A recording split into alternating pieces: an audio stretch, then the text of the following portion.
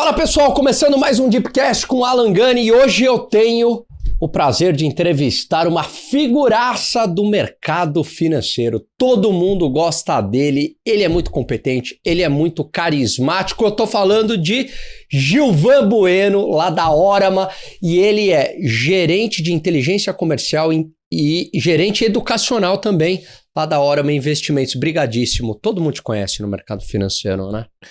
Carisma em pessoa. Eu acho que não, acho que eu tenho amigos que acabam reverberando isso, mas acho que falta muito, tem que conhecer mais gente ainda, né? Tem que vir no Deepcast. Cara, eu já te falei isso. Eu acho que você tem uma pegada pra política, cara, no bom sentido da palavra. Olha, esse comentário é bom. Política é uma coisa que o Brasil precisa, mas a gente tem um cara que é o Wellington do Instituto FOR, é um instituto bem bacana. O Wellington tá no MIT. E uma vez a gente estava falando sobre isso e ele falou uma coisa muito legal, que é o seguinte: o político ele tem que estar preparado. Por exemplo, na França, você tem a escola dos políticos, né? Então, eu gosto de política, mas eu estou preparado? Não estou. Então, eu acho que eu tenho que me preparar para ser um bom político. Então, você tem que se cercar de pessoas muito competentes, você tem que conviver, conversar, ler muito, entender muito para ser um bom político. Acho que o Brasil hoje precisa de políticos que tenham uma boa formação e que consiga navegar entre os ambientes que precisam da parte técnica e os ambientes que precisam de pessoas. Eu acho que hoje eu não consigo fazer isso tão bem. Então talvez eu possa fazer o seguinte, eu posso começar a estudar para isso.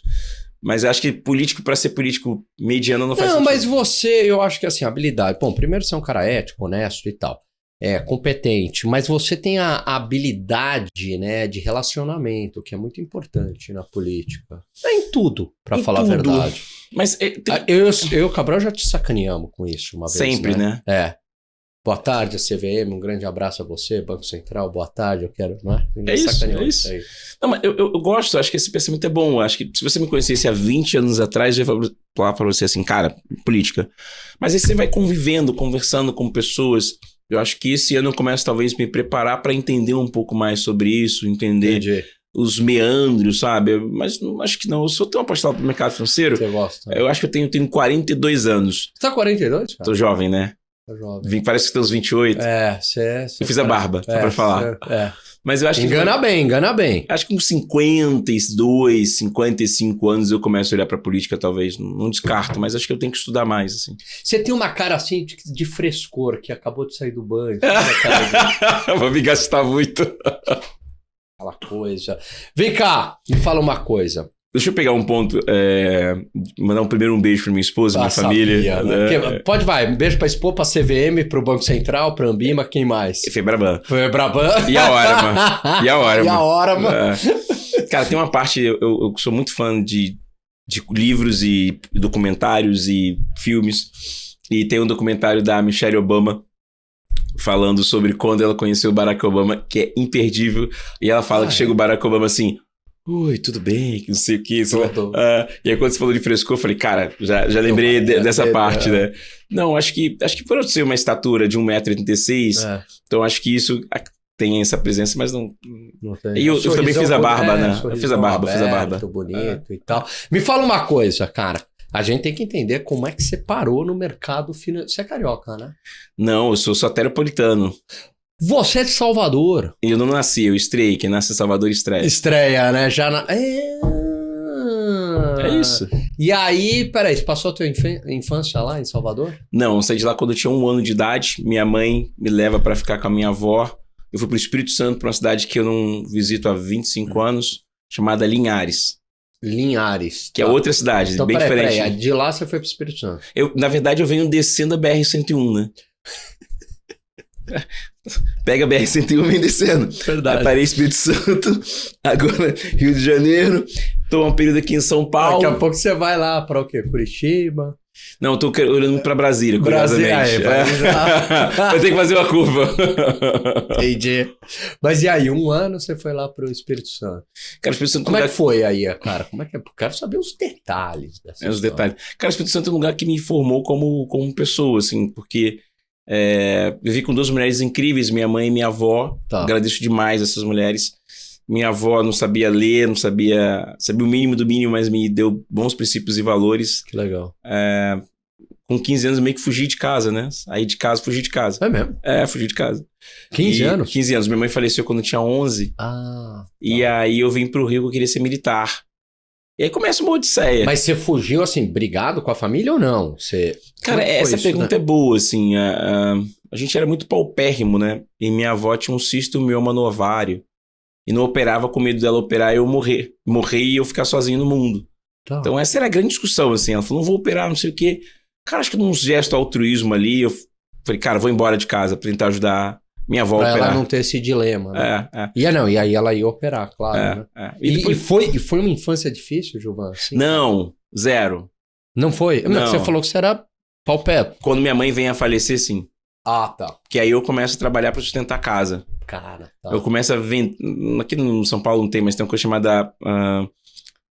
aqueles carrinhos que vendem picolé. Sei. Então começa a vender picolé. Como tem na praia. É isso. Isso. Bom ponto. Vende picolé, jornal, lata velha. Aí depois eu arrumo um emprego numa fábrica de roupa. Que legal. Mas até os 11 anos eu tenho uma vida incrível. Minha mãe é uma mulher, uma das mulheres mais incríveis que eu conheço. Eu fico sempre impressionado como uma mulher... como duas mulheres me criaram até os 15 anos e formaram muito a minha educação. Eu sou muita influência delas duas, assim, muito. Assim, por exemplo, música é uma influência muito da minha avó. Cinema, é uma influência da minha mãe. É mesmo, cara? Leitura, eu cresci com muitos livros em volta de uma mulher que eu não sabia ler, né, que é minha avó. Então, Mas ela te instigou a ler, mesmo ela não sabendo ler? eu acho que, assim, lá em casa eu tenho uma estante muito ampla. E você, quando criança, você fica muito estimulado lá. Pô, vou abrir esse livro, né? Vou ver como é que ele funciona e tal. Eu acho que tinha muito livro, eu queria abrir os livros. Aí você fica meio curioso pra aprender o que tem nos livros, né? Então acho que foi um pouco disso, assim. Não tenho tanto detalhe, mas isso me influenciou muito. Você sabe que o Ben Carson, né? Que talvez seja uma das figuras mais incríveis e mais brilhantes ainda vivas, né? E ele diz o seguinte, que ele teve uma infância bastante pobre, né? Mas que a mãe não sabia ler, era analfabeta, mas fingia que sabia ler para estimular ele a ler. Fala, você tem que ler, senão você não vai... Se você tem um cérebro, você consegue tudo. Ele conta, né? E tá aqui, você tem que ler. E aí ela fingia, tomava ponto, né? Ela fingia, isso daqui. Só que ela tava fingindo, porque ela não sabia ler, mas para tomar ponto dele e ele lê. E aí ele fala que o livro foi algo libertador na vida dele, né? O livro é incrível, assim. Acho que eu sou muito fruto dos livros, das ideias de bons pensadores. Eu acho que tem um ponto interessante. Eu tentei jogar xadrez nos meus 17 até os 22 anos semi-profissional. E o xadrez, para você se desenvolver, você tem que estudar sozinho ou ter professor. E tem muitos livros. O xadrez tem uma nomenclatura própria. Cada caso, o tabuleiro... tem um nome, então você estuda, tem uma grande literatura sobre isso. Isso ajudou muito a me desenvolver. Então eu não tinha muito poder econômico, mas eu lia muito, boas ideias. E paralelo a isso, a música, né? A música também. Pô, então e os filmes, tem uma né? pegada artística. Né, e os filmes também. Então acho que minha avó, a gente não tinha TV e a gente tinha que andar para ver TV na casa das pessoas, dos amigos. Então minha avó me ensinou muito sobre filme, sabe? Filme. Muito, assim. Eu devo muito a essa mulher, sabe? Muito. Pô, que legal, cara. Muito mesmo. E foi incrível. Minha mãe usou, de certa forma, o cinema para me educar também. Cinema é incrível. Olha esse filme. Lógico, né? Adaptando para a idade, né? Para criança, mas passando valores para mim ali na época. Teve isso para você? Por exemplo, Star Wars foi um filme que ela usou e, pô, eu acho sensacional, né? Mas para passar alguns valores e tal. Cara, não sei, sabe? A gente crescia muito nesse universo. Acho que minha avó me dava uma liberdade criativa, sabe? A gente via tudo, assim, Rambo, ação, drama. Em algum lugar do passado, com um filme lindo, poucas pessoas conhecem. Então, a gente assistia de tudo, sabe? Consumia muito conteúdo. Lembra muito o que o Charlie Mundi fala, assim, sabe? Você tem que consumir muita coisa diferente para conseguir ter um pensamento bem abrangente, assim. O que é a criação, né? O que é a inovação? O que é a criatividade, né? Como é que nasce a criatividade? A criatividade nasce de você se cercar de coisas diferentes e que você consegue ter uma visão diferente disso. Porque se você ficasse só olhando para esse copo com a água, se você tem pouco acervo cultural, você vai ver só um copo d'água. Sim. Mas se você tem um acervo cultural e poético, você começa a ver que a água balançando é algo incrível, que vai mudar, e daqui você vai ver que tem uma onda magnética e vai começar a pensar coisas bem... É incrível, assim. Acho que... Da onde nasce... Tem um livro, né? Como é que nascem as boas ideias, assim. Por que você é criativo? Então você tem que ter no seu HD uma quantidade de conteúdo absurdo para você fazer coisas incríveis. Por exemplo, tese de investimento, né? Como é que o cara pensa uma tese de investimento? Ele pode ler isso, mas se ele ler, essa notícia é velha, então não tem valor. Então, para ele criar uma tese que os preços vão subir, que o trigo vai subir e que daqui a pouco isso vai trazer uma pressão, em qual momento do tempo, cara, tem que ter um pouco de insumo diferente, sabe? Ô, Giovanni, me fala uma coisa, cara. E ali, na época que você era vendedor, foi a partir dos 11 anos, né? 11 anos. Vendendo coisas e tal. Pô, você era uma criança, né? Pré-adolescente, você queria brincar também, ou queria, namorar. Sei lá, namorar, né? Dependendo aí de cada um, né? Na fase que tá nessa idade, né? Porque tem hora que essa idade você é mais criança, tem hora que você já é meio adolescente. Mas e aí, cara, como é que era isso? Fala, pô, tem que trabalhar, mas poxa, eu queria estar saindo, brincando, sei lá. Como é que era isso pra você, cara? Olha, eu vou te falar que é o instinto de sobrevivência. Fala mais alto. Cara, fala mais alto, assim. Pô, tinha uma avó, tinha que comer, vi o sacrifício dela. Você vai fazer o quê? Vai dizer que eu não vou fazer, que eu vou brincar? Acho que minha mãe tinha uma postura muito, muito forte nisso, assim. Então eu não queria, tinha que ajudar. Você vai ver, o que eu vou comer? Se eu não fizer nada, eu não vou comer. Acho que quando você está num ambiente que você não tem recursos, você começa a pensar, cara, eu tô com fome. Né? Preciso... O que você vai fazer para comer? Eu posso ficar parado, alguém vai me dar alguma coisa? Não, aí você começa a se movimentar, assim, pô, o que eu vou ter que fazer? Vou ter que trabalhar. Minha avó tá ali, né, dando os princípios. Cara, o que você vai fazer? Vamos vender picolé, vamos vender água no campo de futebol, vamos vender cachorro quente. Essa ideia de empreendedor, acredito que tem muito fruto da minha avó, sabe? Entendi. Minha avó tinha assim, vamos fazer o quê? Eu já fui vender cachorro quente no estádio. Eu me lembro que uma vez a gente foi vender água no estádio da cidade e a gente fez um comodato. Hoje eu falo comodato, na época era assim, chegava assim, me dá uma caixa de água, eu vou vender, com o valor arrecadado eu te pago a caixa e fico com a diferença, sem empreender. Sim, pô, total. Eu lembro que eu vendi 4 caixas de água. E foi incrível que a gente ganhou um trocado, né? Então a gente começou a fazer muito isso. Depois a gente meio que mudou, foi pro cachorro quente. E começou a te dar também um prazer aquilo, né? Quando você vê que dá certo, que, né? Você fala, cara, não sei se é bem prazer, assim. Eu não consigo ter esse... Acho que tem um desafio que é perder a vergonha, né? No início foi difícil. Foi um pouco, assim. Tá. Eu sempre tenho essa visão, assim. Tá. Que imagina que você tem pessoas que cresceram com você que agora você tá numa outra posição, né? Que agora você tá ali andando com um carrinho, né? Tentando achar pessoas que querem comprar, ofertando. Não foi tão fácil assim, né? Hoje as pessoas falam, o Gilvan Bueno, carismático.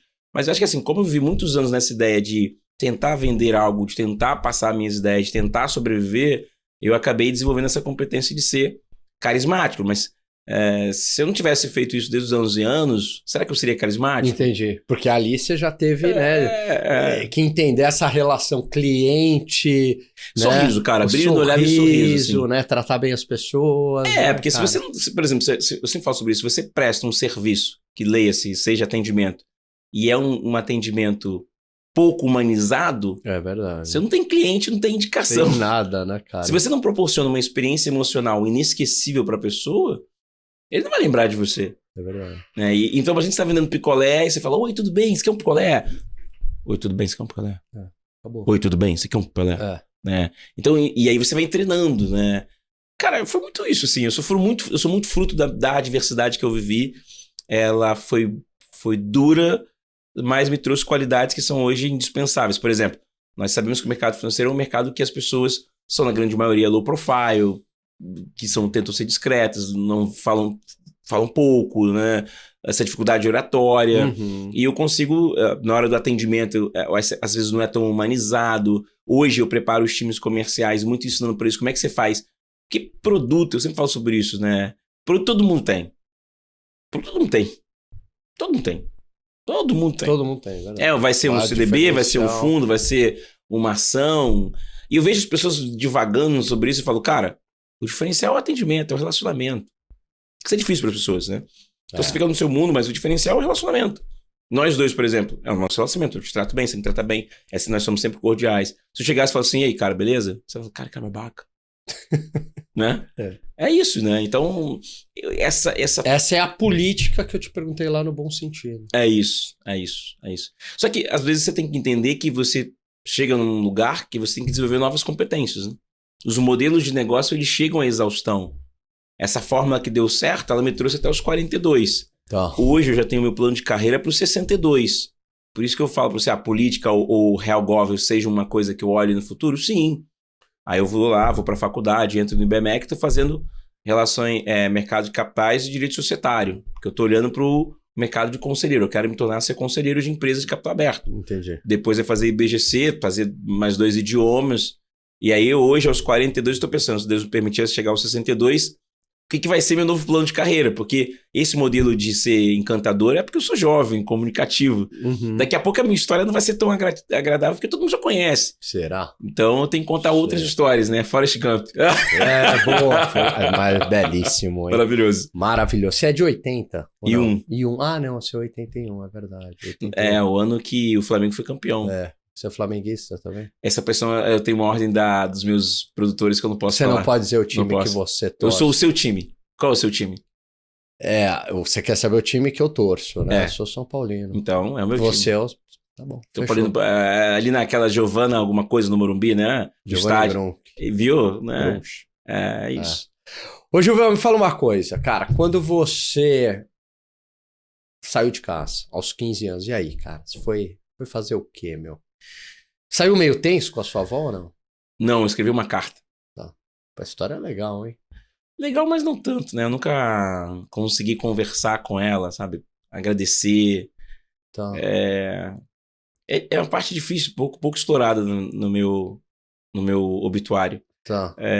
Cara, assim, eu queria ser militar, vim pro Rio, né? Cheguei no Rio, foi uma dificuldade muito grande. Então eu morei numa pensão e eu era burrinho de carga. Burrinho de carga é o cara que segura aquele carrinho e vai levando com 50 sacos de cimento. Então eu ganhei um espaço nessa pensão, carregando cimento, carregando entulho e tinha um quartinho. Uhum. Né? Foi uma época bem desafiadora, sabe? Sim. E eu fiquei muito tempo, né, nessa posição. E você chegou lá no Rio sem nada, sem dinheiro nenhum, sem nada. Mínimo trocado, assim. Trocado, falou, vou arrumar um emprego. Não, tinha um conhecido, tinha uma conhecida da conhecida da minha mãe, que eu tinha passado férias com a minha mãe, e eu sabia onde ela morava. Eu cheguei lá, ela tava no Nordeste. Tá. O marido dela falou assim, cara, você tem 15 anos, você não pode ficar aqui.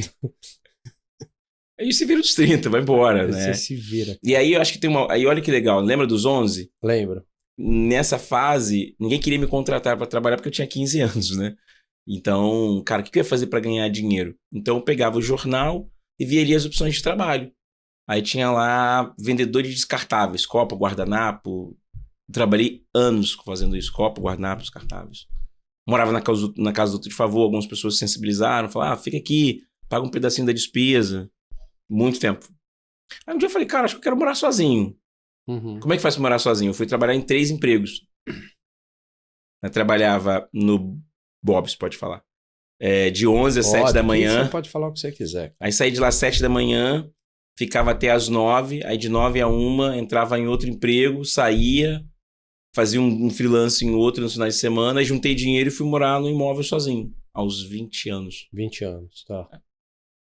E aí, faculdade, assim, já passava pela tua cabeça ou não? Cara, a ideia era terminar o 2º grau, né? Tá. Terminar o 2º grau. Já tinha terminado o 2º grau, a ideia de faculdade passava. Mas nada tão clássico, assim. Eu sempre falo que essa fase dos 20 aos 27, fazendo um paralelo com um cara que eu admiro, que é o Barack Obama, eu tava meio perdido, assim, sem entender como é que seria o futuro, sabe? Tá. Sem super a deriva, assim, tipo...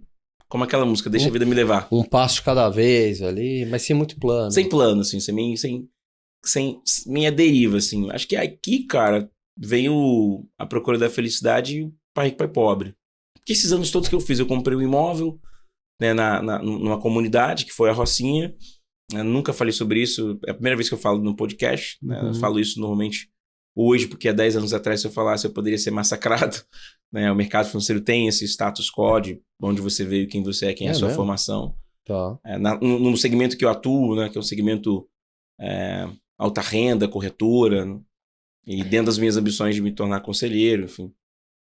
É bem difícil, né, de se tracionar nesse mercado.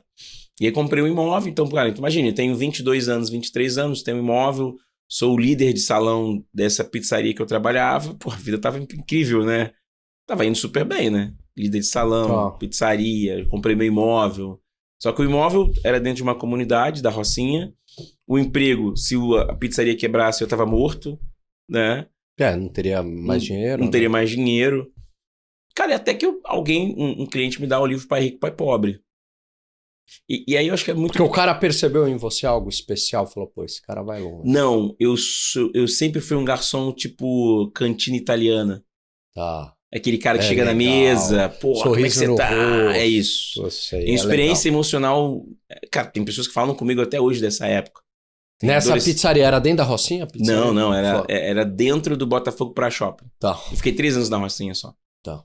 Foi um momento que eu entendi o que é pobreza, e ninguém na Faria Lima é tão especialista nisso como eu, de entender o luxo e a pobreza tão bem. Tão bem. Acho que você vê um garoto da Faria Lima, né? Hoje eu vou nos bancos, eu vou nos eventos, faço palestra Brasil e Mundo, mas, cara, ninguém entrou dentro de uma favela sabe e passou num corredor que é metade dessa mesa pra cá, o esgoto passando a céu aberto, água até a cintura na altura dessa mesa, gente morta, tráfico, fuzil, incrível, né? Fiquei 3 anos nisso, falei, cara, né? Morava do lado de um lugar que chama-se Roupa Suja, que tem um odor muito ruim, mas que às vezes você não percebe que você tem um odor ruim, ou que tá esse odor, porque você tá inserido nesse meio. Você nem já se acostumou. Então eu consigo dizer que eu consigo entrar. Então as pessoas hoje me enxergam, falam assim, nossa, você é coxinha, né? Você é muito elitizado. Não, existe um status, não existe um modelo desenhado para que você conseguir entrar e crescer nesse mercado. E eu tenho as minhas ambições. Então, se eu não me adaptar ou tentar caminhar como esse mercado caminha, eu vou ficar fora. Uhum. Então, eu tenho que tentar me adaptar. Então, é basicamente isso. Então, aqui eu tenho um paletó, tenho uma camisa que o camiseiro fez com o meu anagrama, com a calça, um sapato engraçado. Vestido.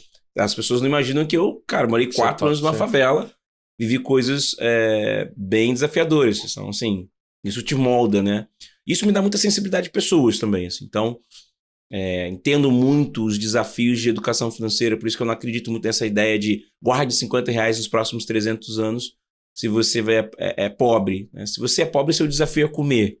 Uhum. Né? Seu desafio é viver. Não dá nem para poupar, né? Não dá nem para poupar. Então, o que você faz? Como é que você funciona? O que você vai criar para te tirar dessa zona, entendeu? Uhum. Ô, Gilvan, e dentro lá da favela, você teve situações assim que com medo do tráfico? Como é que era essa relação, cara? Cara, não tive. Eu acho que lógico que eu morei numa comunidade que é diferente. É uma comunidade que é gigante, né? Que é gigante. A Rocinha tem, enfim... 200 mil pessoas. É uma cidade lá, uma cidade, né? Chega dividida em regiões. Regiões, né? Tem um comércio, tem uma cidade. Banco, tem Bob's, tem tudo, casas, tinha Casas Bahia, né? Nessa época. Olha, cara, os moradores não tem tanto isso, né? Entrava e saía muito discreto, falava muito pouco, né? Então, era um pouco disso. Entrava e saía de maneira muito discreta, falava muito pouco. Tá. E ok. Tá. Né? Entro dentro da minha casa, fazia o seu, trabalhava, ia embora, tchau. É isso. É um lugar bem, bem diferente. Mas tem outras comunidades que o modus operandi é outro. Tá. Uma Rocinha é um lugar diferente nesse aspecto. Legal. Eu vou fazer um rápido intervalo mas com já? você. Intervalo. Não, calma, que tem muito assunto ainda, mas tem que fazer o intervalo e eu já volto com essa fera, com essa simpatia aqui, Gilvan Bueno, tá bom? Fique aí, a gente já volta.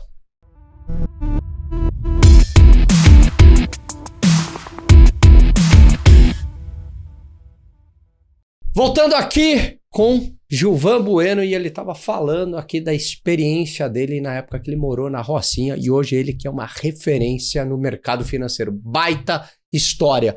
E aí, Gilvan, nessa experiência lá da Rocinha, Pai Rico, Pai Pobre, né? Foi o livro e você falou, puxa, quero sair daqui. Foi isso, mais ou menos? Eu gosto de usar muito o mito da caverna, né? Quando você tá numa caverna escura, você tá numa caverna escura. Se entra um feixe de luz, você fala, cara, tem uma luz ali, como é que é ela? Você começa a experimentar e ela muda bastante você. Acho que nesse momento, quando você começa a conviver e ver outras realidades, você fala, pô, eu quero ter um lugar que eu possa andar mais tranquilo. Eu quero ter uma casa com outras condições. Eu quero... Mas lógico, tem pessoas que gostam de viver ali. Ele gosta de viver ali, você tem que respeitar, entender. Cada um tem suas motivações, é heurística. Mas eu queria experimentar outras coisas. Então. Falei, cara, como é que eu faço para experimentar outras coisas? O que eu tenho que fazer? Ah, você tem que ter educação, então vamos estudar. Então...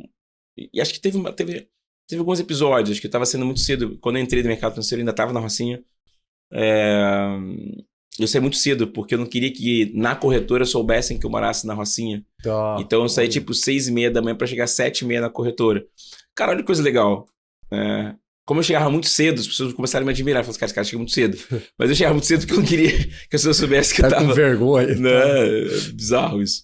E aí teve um dia que tava saindo que tava tendo uma operação policial. Eu andava sempre bem arrumado, né? Sou um modelo que foi desenhado pela minha mãe e minha avó. Sempre tá arrumado, bem cuidado. Né? Eu tenho uma foto que eu tenho uma gravatinha borboleta quando eu tinha 9 anos. Cara. Então eu sei que a minha mãe tinha muito esse cuidado, né, do meu vestuário. E aí vem uma operação policial, e aí vem um policial meio que aponta um fuzil, ele olha pra mim assim, pode passar. Mas, cara, foi muito chocante. Cara. É, muito chocante, né? É uma situação, caramba. E se eu sou confundido, se ele tem um preparo, né? Se eu tô, por exemplo, tá levando um guarda-chuva num dia chuvoso, ele acha que é um fuzil. Entendi. Né? Porque ele tá ali entrando num lugar que ele é o principal inimigo. Então ele... É uma operação de alto risco, ele tá sob muita pressão, né? Adrenalina, enfim. Sim. E aí eu falei, cara, acho que vou tentar mudar. Né? E aí, quando meu primeiro salário é R$1.900, eu financio um imóvel que eu gasto R$1.500, R$1.600, sobra R$300 por mês, e eu saio da Rocinha e vou pro Caxambi. E aí é uma mudança, eu me lembro que tem um amigo meu, eu não falo com ele há algum tempo, que ele faz a minha mudança, ele fala que, Gil, cara, que transformação incrível, vou falar super rápido sobre isso. Que transformação incrível, né, porque, cara, aquele lugar que você tava era muito estranho, Gil, pô, aqui é muito melhor, cara, que lugar bom. Foi incrível, né? E hoje, se eu voltasse, levasse as pessoas lá, as pessoas falassem, cara, não é possível. Da onde você tá e onde você vive, sabe? Sim.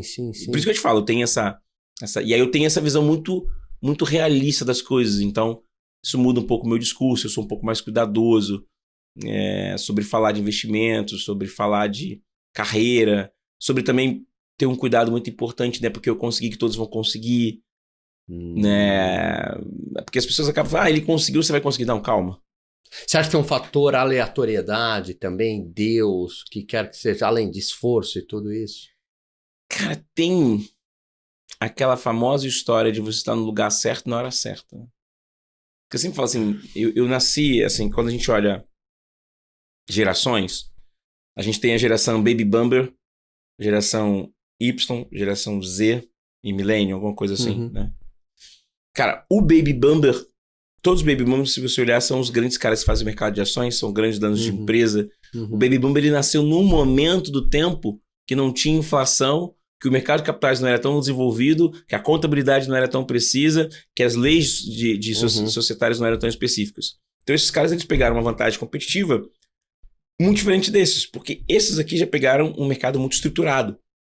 Que você não poderia, por exemplo, fazer arbitragem ganhando 3, 4, 5 dólares, porque hoje você tem high frequência. Você nunca mais vai pegar o que esse cara pegou. Então, esse cara estava no momento certo, na hora certa. Isso está muito no livro do Malcolm Gladwell, Outliers. Então, cara, eu estava em 2008, eu estava num lugar muito, muito privilegiado. Eu estava trabalhando no Botafogo para shopping, que várias pessoas de banco de investimento, corretoras iam para lá, que é um lugar que tem muitos corretores. E aí teve a crise de 2008. Eu sempre falo sobre isso, né? Vou até repetir. Sem crise, o primeiro é primeiro em qualquer lugar. Sem crise, você é o primeiro colocado. Você vai ser o... Lewis Hamilton, quando perdeu o Mundial, estava liderando a corrida. Um cara lá atrás bate. Aí tem que entrar o carro para né, fazer o safety car. Todo mundo se aproximou. Aí o rapaz lá passa o Lewis Hamilton e tem toda essa discussão. Cara, então em crises é muito isso, assim. Sem crise, o primeiro é primeiro. Com crises, o primeiro ele perde, ou se ele não tá bem estruturado, ou se ele não criou barreiras de proteção e vantagem competitiva, esse cara que tá aqui embaixo vai acompanhar, né? No mercado financeiro, você tem, assim, nesse segmento que eu atuo e que eu quero crescer, você tem pessoas muito melhores do que eu. Com mais idiomas, com mais formação, com mais networking, com maior intelectualidade, que eu, na concorrência, na competição, ele é muito melhor do que eu, disparado. Então, como é que eu atuo com esse cara? Como é que eu vou competir com esse cara? Então, nas crises, você tem que olhar as crises de uma maneira muito, muito audaciosa e enfrentar as crises buscando achar oportunidades que ninguém está vendo. Para achar essas oportunidades, você tem que ter um background diferente. Você tem que ver coisas diferentes, tem que ver ficção científica, você tem que ler muito, você tem que ter uma visão muito ampla para conseguir enxergar coisas que ninguém enxerga. E ter vontade, correr risco. Então, acho que muito do meu DNA nasce nesses momentos, sabe? Em ambiente de crise, em ambientes caóticos eu performo melhor. É mesmo? Eu sou muito bom dentro do caos, assim. Nessa desorganização, eu sou bom. Com muito respeito.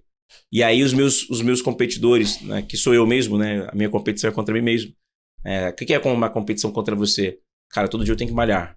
Todo dia eu tenho que fazer inglês. Todo dia eu tenho que fazer espanhol. Todo dia eu tenho que ler. Eu tenho que aprender um assunto novo para trazer para você. Eu tenho que achar oportunidades, tenho que ler, entender o que está acontecendo no mundo, o que é cripto, como é que funciona a cripto, o que é recuperação judicial, o que está acontecendo para eu conseguir ter uma visão muito ampla e conhecer o máximo de pessoas que consigam trazer isso para criar essa vantagem. E nas crises falar, cara, aquilo que eu estudei há 5 anos atrás, agora é hora de aplicar. Ô, Gilvan, você falou e você procura, acho que manter essa disciplina diária, não é isso? Difícil, mas difícil, né? É isso que eu ia te perguntar. Como é que faz? Porque a vida em São Paulo é caótica, não é, cara? Eu moro no Rio, você mora no Rio, mas o Rio também, cidade grande, de uma maneira geral, é muito corrido, né, cara? São Paulo é muito corrido aqui. E aí, como é que você... Cara, eu tenho o apoio de muitas pessoas, tá? Como é que você consegue encaixar um tempo... Eu até falo isso para pegar uma dica para mim, tá? Como é que você encaixa um tempo para uma academia, para uma leitura? Como é que você faz isso? Cara, você tem que trabalhar com otimizando os momentos, né? Por exemplo, na academia eu leio o jornal. Então eu faço a esteira, então eu acordo muito cedo no aplicativo, né? Celular, palminha da mão, lendo. Dorme quantas horas por noite? 4, 5, 6. Tá brincando. Não, eu não consigo. Então você já ganhou de mim aí 4 horas. 5 horas, assim. E aí o corpo vai criando um hábito, né? Mas eu sou muito penalizado pelo sono. Não, que você tem outra genética e consegue. É isso, outra genética. Outra genética. Não, mas tudo bem, mas e aí? Cara, aí, mas tem um apoio também muito forte da minha esposa, né? Ela é do ramo, mercado financeiro? Não, ela é advogada, especialista em RJ. Olha só. Mas, cara, acho que veio muito dela. Ela acho que eu tenho 42, nós estamos juntos há 5 anos. Ela me encontrou no estado que me sentia tão mal, aquela música, né, do Lu Santos, pouca gente conhece, mas enfim. Lulu, um abraço pra você. Eu vou lembrar dessa música. Produção, acha a música aí, por favor. Cara, e aí ela tem uma disciplina feroz, assim. Minha esposa é uma das mulheres mais incríveis que eu conheço, assim, sabe? Então, todo dia de manhã ela acorda 5:30 da manhã pra ir pra academia. Caramba, meu. Todo dia. E tem aí, filhos, seu ou não? Com ela, não. Não. Mas tem 2 meninas. Você tem 2 meninas. Uma de 21 e uma de 11. Então você foi casado? Essa parte ela vai rir pra caramba. Pô, eu tô entrando já nos temas. Não, imagina. Eu tinha uma competição com o Fábio Júnior e parei. Aí você parou. Tá porque a grande regra de educação financeira Chico Anísio também. Não, né? tem que minimizar. O Fábio Júnior, um abraço. Mas tem porque separação você tem que assistir seus filhos, né? Você tem que dar essa assistência. Tá. Acho que eu cresci com 2 mulheres, então eu entendo muito o peso de você carregar um filho sozinho. Pô, é verdade. Né? É verdade. É um peso difícil. Entendi. Me fala uma coisa, e agora os planos para o futuro? Porque você tem uma pegada, você é muito bom de comunicação, e você tem uma história legal. Você pensa em algo como coach, palestra?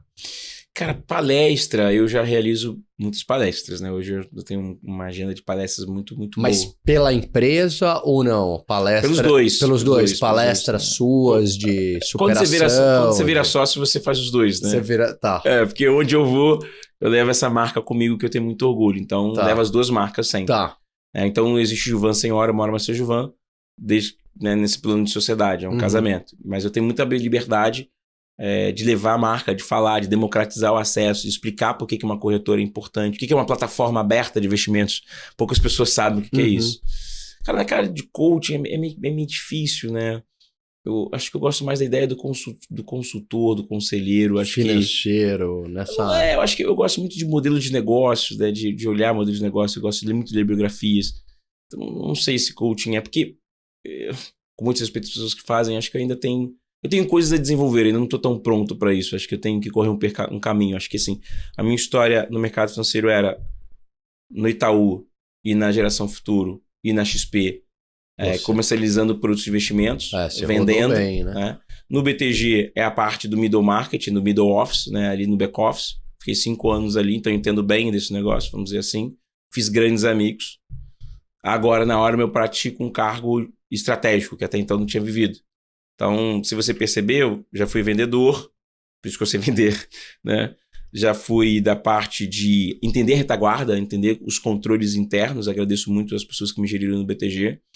E hoje eu faço uma parte de desenhar a parte estratégica, de inteligência, de como você faz, de olhar.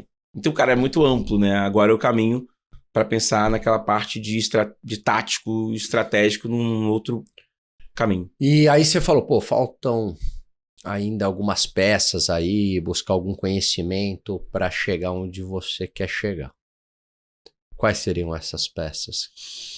Eu preciso trazer um segundo idioma para o meu background. Né? Eu gosto dessa ideia de falar muitos idiomas, então ser um poliglota é uma ambição. Eu quero virar um cara internacional, vamos colocar assim, então eu tenho que praticar muitos idiomas, né? Então, isso é um ponto importante. Tem a América Latina, que agora eu gosto também. Então, estou olhando. Tem a Europa, que tem um grande mercado, Estados Unidos. Então, você vai ter que ter pelo menos aí 3 idiomas. Então, tem que aumentar. No nível que eu quero me tornar um conselheiro de empresas de capital aberto. Cara, tem que fazer o IBGC, que é o Instituto Brasileiro de Governança Corporativa. É um selo importante. Fazer um curso de conselheiro, né, dentro desse mercado. Ajudar a Orama a crescer, entender como eu posso fazer isso. Achar as oportunidades. Então, é um caminho de muito estudo. E é engraçado que as pessoas falam assim, nossa, você já chegou tão longe? Cheguei num bom caminho, cheguei numa boa posição, mas eu sei que tem mais coisas a percorrer. Acho que ainda eu tô... Dá pra jogar umas 20 temporadas ainda. Mas é isso ainda. que mantém, né? Eu acho que a gente... É o game, né? É o game, né? Porque você vai olhando os seus planos e fala assim, cara, eu quero isso. E muitas pessoas falam assim, eu quero fazer isso, mas você está se preparando para isso? Isso é importante. Então, por exemplo, assim, e você sempre tem que ter a humildade de saber que eu não sei nada, assim, que eu tenho que voltar lá atrás, assim, ir para uma sala de aula, sentar, escutar o professor falar, é fantástico, né? Escutar os alunos, conviver é ótimo. Cara, aprender é muito bom. Aprender coisas novas, ler, entender com pessoas inteligentes é um negócio que transforma a vida. É verdade. Muito, assim. Eu recomendo isso para todos, assim, sabe? É verdade. Eu sempre falo, entre guardar os R$50 durante 12 meses, pega esses R$50 e faz um curso para você conhecer pessoas, um curso de comunicação, de vendas, entende como é que você faz networking, lê muito, assiste muito podcast. Isso aí. Aqui tem ótimas interações. Quem mais aprende sou eu, sabia? Porque tem cada conversa fantástica aqui que eu falei, puxa, eu não tinha pensado nisso. É incrível. Cara, ouvir pessoas que têm um pensamento diferente do seu é enriquecedor o tempo todo. Muito enriquecedor, assim. Porque às vezes você tem a sua posição que você acredita até aquele momento. Quando você... Cara, nunca pensei nisso, né? Porque eu acho que tudo são ângulos que você assiste as coisas, né? Então, por exemplo, quando o cara fala assim, o balanço da empresa foi bom. A CSN ontem. O balanço da empresa foi ruim, 81%. Mas, cara, no semestre anterior, no trimestre comparado a esse, ela vendeu o principal ativo dela e ganhou 2,2 bilhões. Pô, esse cara não falou isso, mas eu tô te falando isso. Quer ser uma terceira visão? Olhando do ângulo do endividamento, ela saiu de endividamento de 0,7 para 2,2. Pô, então olha como é que eu tô contando a história. De vários ângulos diferentes. Legal. Mas se eu não tenho essa visão e só conto de um ponto, eu não consigo ter essa construção de ideias. Assim. Eu adoro isso. Assim. Como é que você tá... Então, sobre vários ângulos diferentes, como é que você está vendo o mercado hoje no Brasil aí para investimentos? Aliás, Gilvan Bueno, na física, gosta de investir em quem? Sou risco, ações. É mesmo? Vida louca. Não, assim, esse pensamento é bom. É um pouco do que eu falo na FGV. Né? Eu tenho uma ATC lá desde 2019, que é o seguinte. Assim, você dá aula lá, né? Dou aula. Tá. Finanças pessoais. Tá. Mas é uma finanças pessoais totalmente diferente, né? Tá. Então é assim, a renda fixa ela é incrível, ela tem uma previsibilidade, ela vai te dar, por exemplo, 13,75. Pingadinho ali, 13,75 ao ano. Tá. Mas, por exemplo, quando você olha uma empresa muito descontada que é dominante em mercado, vou pegar o atual momento, lembrando que não é recomendação de investimentos, mas você pega, por exemplo, um banco que tem um grande market share no Brasil. É um banco que tem uma grande dominância no seu segmento que está caindo 50% no ano. Pois 50% é diferente de 13,75. Então, aqui você vai, né, fazer Você coisas vai... incríveis. Então, eu gosto do mercado de ações por isso, sim. Então, o Pai Rico, Pai Pobre ele fala um pouco sobre isso, sobre os ciclos, né? Então, por exemplo, hoje tem um ciclo muito ruim para bolsa. Você fala de bolsa, o cara fala assim, bolsa, 3,35. Mas esse momento é um momento de acumulação, né? Entendi. Você vai acumular o máximo em preço baixo. Você acha que tá tudo barato agora, é isso? Cara, não acho os números que mostram, né? Os números mostram que a taxa de oportunidade hoje de carrego para o mercado melhorar é 1%, né, ao mês, né? Olhando os descontos. Então, cara, você está comprando bolsa com um desconto absurdo. Olha, pega aí os principais players e vê o tamanho de desconto que você tem, do valor de mercado e do patrimonial. Cara, tem um mercado incrível, né? Mas quanto custa, né? Que é a taxa de carrego. Quanto custa você comprar esse ativo e esperar ele? Primeiro, inteligência emocional, né? Depois dinheiro. Né? O dinheiro, né? Principal. Hoje eu tô olhando aqui no meu reloginho, nosso cronômetro aqui, eu tenho que fazer um segundo... Já viu isso? Podcast? 2 comerciais. Um segundo comercial, mas é jogo rápido.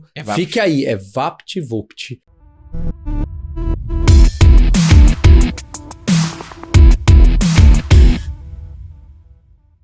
Voltando aqui com o Gilvan, que tá otimista em relação ao mercado financeiro brasileiro, né? A médio e longo prazo. É isso? A médio e longo prazo, assim. Acho que quando você pega algumas literaturas dos caras falando, cara, é isso, assim. Você aproveita as crises, acumula o máximo de quantidade de uma empresa. Alguns gostam de small caps na recuperação, performam melhor porque o faturamento delas é menor. E aí, quando vem uma bonança, você tá com uma quantidade muito grande de um negócio muito barato. Uhum. Eu penso muito nisso, assim. Por exemplo, private equity, que é um mercado que, por exemplo, quando você tem uma empresa depois do IPO, ela já está cara, né? O valuation é 10, 15, 30 vezes, 50 vezes. Então, por exemplo, vir antes desse mercado e achar empresas que vão ser super dominantes, por exemplo, o Peter Thiel, quando faz investimento no PayPal, os investidores, por exemplo, os fundos Venture Capitals que acharam Google, Amazon, Netflix, Uber, cara, eles compraram antes de todo mundo pagando um preço com super desconto, né? Então esses caras conseguiram achar valor antes de todo mundo e ele vai ter essa posição a longo prazo. Por exemplo, o Warren Buffett comprou Coca-Cola a 81 centavos de dólar, alguma coisa assim, a 80 centavos de dólar nos anos 80. Cara, ele nunca mais vai conseguir comprar essa ação a esse preço, mas ele tem ela a esse preço numa quantidade muito representativa. Entendi. Então, ações no médio e longo prazo, quando você acha um preço bom, você vai performar muito. Por exemplo, ações da Apple eram $4 quando saiu o IPO e não tinha um valor de trilhão de mercado. Acho que tem uma brincadeira muito boa que eu gosto de contar, que é aquele filme De Volta para o Futuro. Acho que ele contextualiza bem. Muito bom. Que é o segundo, que a proposta dele é voltar no tempo, comprar um caderno de apostas e entender quais foram as apostas. O Bife que acha lá. O Bife, maravilhoso, né?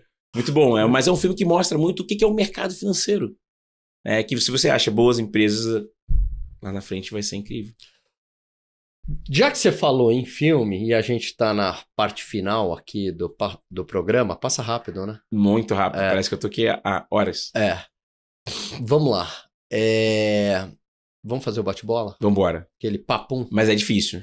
Por quê? Porque eu tenho muitos filmes que eu gosto. Não, você pode falar mais. A gente... Consegue esse tempo? Vai, vambora. Produção, tudo certo? Tudo certo. Então eu quero que você indique alguns filmes. Cara, indicar filmes... Geralmente eu falo um filme. Se quiser um filme, você fala um, mas se não, alguns. Cara, indicar filmes. As pessoas falam indicação de filme, mas assim, qual o sentimento que você quer ter em cada filme que você vai assistir? Não, quero saber do Gilvan. Cara, do Gilvan, acho que nós convivemos com pessoas.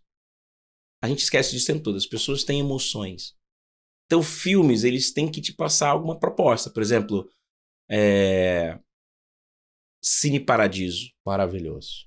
Cara, a emoção que o Cine Paradiso me passa cara, absurdo. é a gratidão ao amor ao cara que mudou sua vida. É muito difícil assistir Cine Paradiso e não me emocionar. Não, você assiste com um balde, cara, do lado. E não é um filme triste. E acho que toda vez que eu vi mais de uma vez esse filme, eu chorei. Absurdo. Assim, então, esse filme pra mim ele é muito marcante, assim, ele vai num lugar especial. Por exemplo, Forrest Gump é incrível. Pô, ele tem um gosto parecido, hein, cara? Assim, você vai, sabe, isso vai te moldando, que você começa a ver a vida de uma pessoa num ângulo que você, cara, não imagina. Forrest Gump é incrível, meu segundo filme. Cara, tem um carinho muito grande por O Resgate do Soldado Ryan. E O Resgate do Soldado Ryan, ele é 3 filmes em um, mas eu gosto muito do final, porque esse final me moldou em algumas coisas. Não vou dar spoiler. Mas ele chega e fala assim, diga que valeu a pena, no final. Poucas pessoas lembram disso. O final de O Resgate do Soldado Ryan é incrível, né? Cara, Goonies, Curtindo a Vida Doidado, são filmes que me marcaram enquanto adolescente. Eu quis ser o adolescente que nem esses caras. Mas todo mundo sabe que o filme que mexe muito comigo é... Will Smith, queria te mandar um abração, cara. Muito filme dele. Will Smith é incrível. Cara, eu vou falar uma coisa.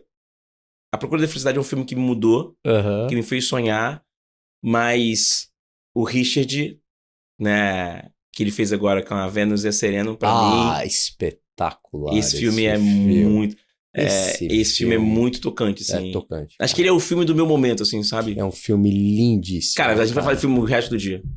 Eu gosto. Mas esses 5 aqui, eles são muito importantes.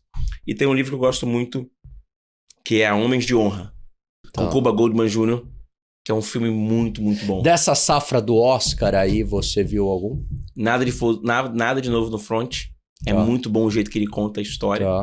E Em Todo Lugar ao Mesmo Tempo. O que você achou, cara? Genial. Já vi 2 vezes, assim. Porque ele é um filme muito bom, surreal, porque ele foge do óbvio. Assim como Parasita, que é um filme super completo também, complexo. Mas Em Todo Lugar ao Mesmo Tempo é um filme muito bonito, muito cuidadoso, mas que usa ficção científica pra passar várias mensagens. Quer ver um filme que você vai achar super louco? Trem Bala com Brad Pitt. Não é um filme cult, é um filme de ação, mas que tem uma baita mensagem pro mercado financeiro. Trem Bala. É um filme de super... Cidade de Deus, o que você acha? Gosto Porque eu até te pergunto porque você vivenciou lá, você morou na favela e cara, tal. Então, o cinema brasileiro, ele é incrível, são grandes cineastas, tem toda a forma de contar, mas eu gosto do cinema brasileiro quando ele conta, por exemplo, Um Homem que Copiava, com Lázaro Ramos, que pra mim é um dos filmes mais lindos do Brasil nos últimos anos, como Auto da Compadecida, que eu acho um filme muito puro, genuíno, alegre, né? Cara, Cidade de Deus é incrível porque ele mostra... Acho que ele fez um trabalho de aproximar a sociedade da vida numa comunidade. Acho que nenhum outro filme tinha aproximado e humanizado a história do Buscapé. Sabe assim, ele humanizou e falou assim, sociedade, existe a favela.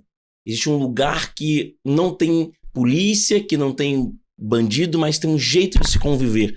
E ele fala muito sobre isso. Cidade de Deus, ele faz uma humanização. E o que é legal... 2 pessoas dentro de uma mesma realidade, um vai para um caminho do mal, né, que é o Zé Pequeno, e o outro vai para o caminho do bem, né?